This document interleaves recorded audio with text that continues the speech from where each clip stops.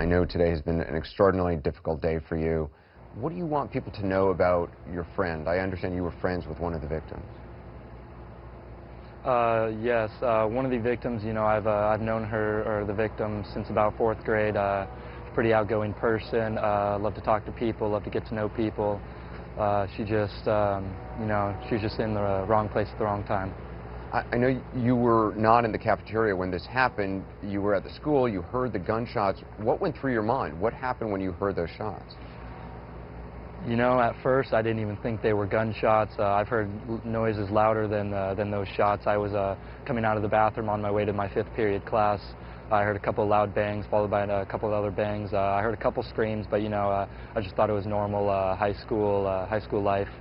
And I was on my way to my 5th period without even looking back. I saw a couple people running, but that's just high school kids running around doing their own thing. And I made it to my 5th period class, was in the classroom, and right as I sat down, the fire alarm went off.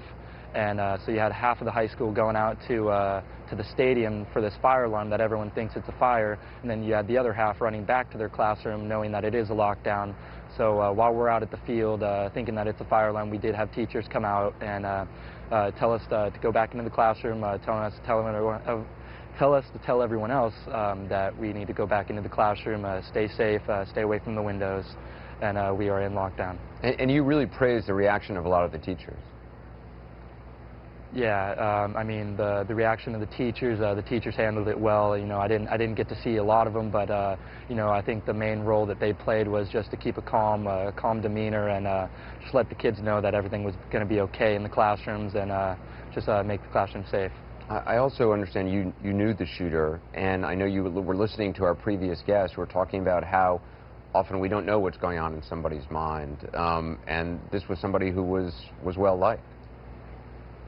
Yeah, he was well liked by the community. I mean, he was a respected kid. He was homecoming prince. I've talked to him a couple times. I even talked to him today before school, knowing about a couple of problems that had occurred in the past.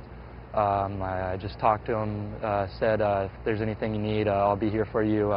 Come talk to me immediately. We did a little handshake. He smiled, and I said, have a good rest of your day.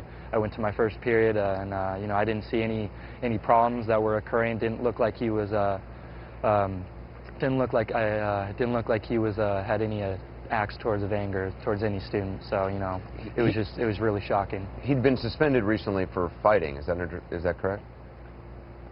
Yes, yes, there was a fight that had occurred. So you actually saw him this morning, and it seemed normal. Yeah, he seems pretty much content with life. I saw him. I was talking with him. And I just said, like I said, if you need anything, just come to me, talk with me, and I'll be here for you. And he said, okay. Did a little handshake, and he was on his way. And I didn't see any signs of anger, any signs of aggression. He looked like a normal high school teenager on a Friday morning. Is there anything else you want people to know, Nate?